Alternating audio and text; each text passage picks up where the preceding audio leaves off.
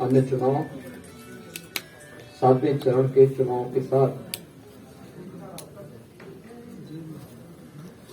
काशी क्षेत्र से जुड़े हुए उन क्षेत्रों के साथ ही चुनाव भी होंगे।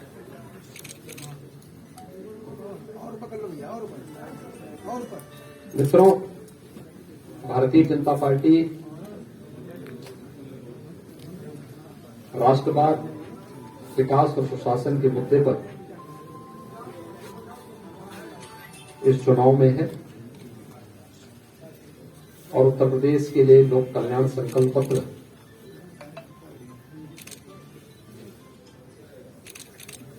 6 फरवरी को प्रदेश का जारी होगा।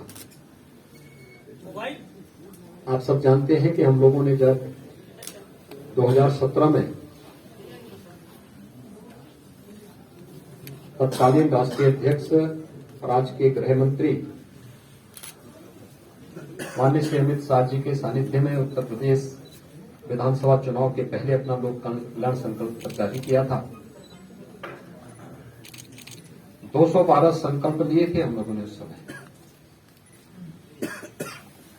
और इन 5 वर्षों में एक एक संकल्प को मंत्र मान करके उत्तर प्रदेश के अंदर सुरक्षा, उत्तर प्रदेश के अंदर महिला कल्याण, उत्तर प्रदेश के अंदर अन्नदाता किसानों के उन्नयन, नौजवानों के रोजगार, गांवों के और शहरी क्षेत्र के समग्र विकास, गरीबों के कल्याण और समग्र विकास की जो कार्य योजना जमीनी धरातल पर उतारने का कार्य किया है, आज उसका परिणाम है कि भारतीय जनता पार्टी को आदरणीय प्रधानमंत्री जी के नेतृत्व में, उनके मार्गदर्शन में जनता जनार्दन का भारी समर्थन और आशीर्वाद प्राप्त हो रहा है। पूर्व हो या पश्चिम, पिछली सरकारों ने पूरी व्यवस्था को माफियाओं से और पेशेवर अपराधियों को संरक्षण देकर के उससे जकड़ दिया था। 5 वर्ष के दौरान डबल इंजन की सरकार ने उस माफिया राज से, उस गुंडा राज से प्रदेश की जनता को मुक्त किया। आज प्रदेश के अंदर सुरक्षा का एक बेहतर वातावरण है। हर बेटी स्कूल जा रही है। प्रदेश की हर बहन और हर माता अपने आप को सुरक्षित महसूस कर रही है। सुरक्षा के इस बेहतर वातावरण ने प्रदेश में निवेश और उसके माध्यम से रोजगार की संभावनाओं को बहुत तेजी के साथ आगे बढ़ाया है। उत्तर प्रदेश का पलायन रुका है। ये पलायन दोनों प्रकार से था। एक माफिया और अपराधी प्रवृत्ति के तत्वों के टेरर का जो व्यापारियों के मन में था। दूसरा था ब्रेन ड्रेन का, जो यहां का युवा, प्रतिभाशाली युवा उत्तर प्रदेश से बाहर पलायन करता था नौकरी और रोजगार के लिए। लेकिन दोनों प्रकार के पलायन को रोक करके एक नए पलायन को हम लोगों ने प्रदेश के अंदर तैयार किया, उसका प्लान तैयार किया। वो प्लान था पेशेवर माफिया और अपराधियों को उत्तर प्रदेश से पलायन। पहले जो माफिया यहां पर पलायन करने के लिए और विकास को अवरुद्ध करते थे, आज उन्हें पलायन करने के लिए मजबूर होना पड़ा। आज उत्तर प्रदेश में व्यापारी और नौजवान पलायन नहीं करता, बल्कि प्रगति के मार्ग पर उत्तर प्रदेश को मजबूती के साथ आगे बढ़ा रहा है। ये वही उत्तर प्रदेश है जहां पर 2017 के पहले भूख से मौतें होती थी, और गोरखपुर क्षेत्र तो कुशीनगर जनपद और महाराजगंज जनपद में मुसहर जाति के लोग अपसिक्त हो चुके थे भूख से मरने के लिए। 2003 से लेकर के 2016 तक यहां तक कि जनवरी 2017 में भी कुशीनगर के अंदर भूख से मौतें हुई थी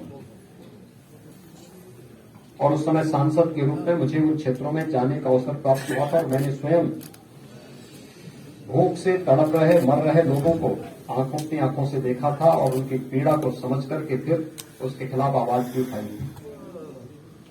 आज मैं कह सकता हूं इस देश ने, दुनिया ने पिछले 1000 वर्षों में कई प्रकार की महामारियों को झेला है, देखा है। और हर महामारी इस बात का सबूत हम सबके सामने छोड़कर जाती थी कि बीमारी से तो लोग मरते ही थे, बीमारी के साथ साथ भूख से उससे कई ज्यादा मौतें होती थी, कई गुना ज्यादा मौतें होती थी।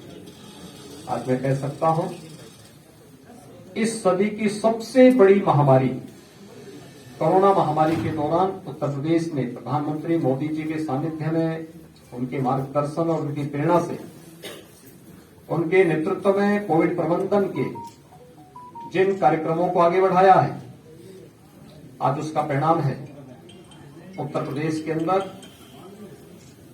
भूख से कोई मौत नहीं होती। 15 करोड़ लोगों को डबल इंजन की सरकार डबल डोज राशन की भी उपलब्ध करा रही है।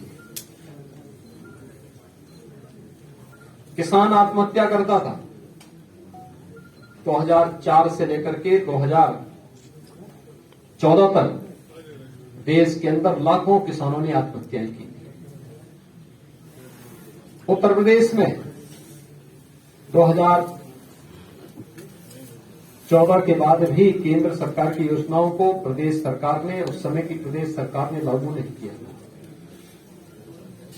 किसान आत्महत्या कर रहा था, खेतीबाड़ी से भाग रहा था, उसकी उपज का उचित दाम उसे नहीं मिलता था, बिचौलिए बीच में आकर के एमएसपी का लाभ ले लेते थे, किसान वंचित रहता था, कर्ज तले दबता था। गन्ना किसानों का कई वर्षों का गन्ना मूल्य का भुगतान नहीं हो पाया था। किसान सिंचाई के लिए तड़पता था क्योंकि बिजली रहती नहीं थी। दशकों पूर्व बनी सिंचाई की परियोजनाएं लंबित पड़ी हुई थी, पूरी नहीं हो पाती थी। आज 2017 में, मार्च 2017 में प्रदेश में सत्ता में आते ही हम लोगों ने पूरे प्रदेश के अंदर अप्रैल 2017 से गांव हो या शहर विद्युत की आपूर्ति समान रूप से किया है। पर्याप्त बिजली सबको, बिजली, निर्बाध बिजली प्रदेश के अंदर दी है। 1,21,000 मजदूरों तक अतिरिक्त विद्युतीकरण का कार्य भी किया। और यही नहीं, 1,43,00,000 से अधिक परिवारों को निःशुल्क विद्युत के कनेक्शन भी उपलब्ध करवाए। किसान को भी पर्याप्त बिजली मिली। सरयू नहर राष्ट्रीय परियोजना इस पूर्वी उत्तर प्रदेश के 9 जिलों को जोड़ रही है। बहराइच, गोंडा, श्रावस्ती, बलरामपुर, सिद्धार्थनगर, संत कबीर नगर, बस्ती, गोरखपुर, महाराजगंज। बाण सागर परियोजना ये मिर्जापुर और प्रयागराज को जोड़ रही है। अर्जुन सहायक परियोजना बांदा, महोबा, हमीरपुर, चित्रकूट इन जनपदों को जोड़ रही है।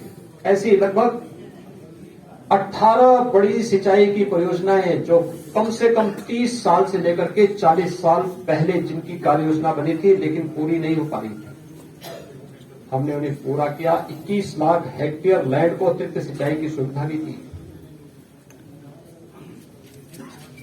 सपा बसपा की सरकार में 10 वर्षों तक गन्ना किसानों का गन्ना मूल्य के भुगतान किस तहत व्यक्ति जानता है। चीनी मिलें बंद होती थी, किसान तबाह होता था, खेतों में गन्ने पर आग लगाई जाती थी। लेकिन मैं कह सकता हूं 5 वर्ष में किसी खेत पर आग लगाने की नौबत नहीं है। जब तक किसान के खेत में गन्ने का एक भी ठूंठ खड़ा था, तब तक चीनी मिलें चलती थी, चली है। 119 चीनी मिलें कोरोना कालखंड में भी हम लोगों ने चलाई। अब तक 1,57,000 करोड़ रुपए से अधिक का गन्ना मूल्य का भुगतान भी किया। पिछली सरकारों ने 29 चीनी मिलें बंद की, बेची। हमारी सरकार में चीनी मिलें बेची नहीं गई, बल्कि बंद चीनी मिलों को चलाने का काम किया। पिपराइच में नई चीनी मिल लगी, मुंडेरवा में नई चीनी मिल लगी, आजमगढ़ में एक नई चीनी मिल, जो पुरानी चीनी मिल था उसमें हम लोगों को एक नया प्लांट डाल करके उसकी क्षमता का विस्तारीकरण किया गया। प्रदेश के अंदर अन्य स्थानों पर भी चीनी मिलों का विस्तारीकरण किया गया। उत्तर प्रदेश पहला राज्य था जिसने शुगर केन से सीधे इथेनॉल बनाने के कार्यक्रम के बारे में भारत सरकार को लिखा। हम प्रधानमंत्री जी के आभारी हैं जिन्होंने गन्ना किसानों को हितों को ध्यान में रख करके इसकी सुविधा दी, और आज देश के अंदर सर्वाधिक इथेनॉल बनाने वाला राज्य उत्तर प्रदेश है। इसका लाभ सीधे सीधे हमारे अन्नदाता किसानों को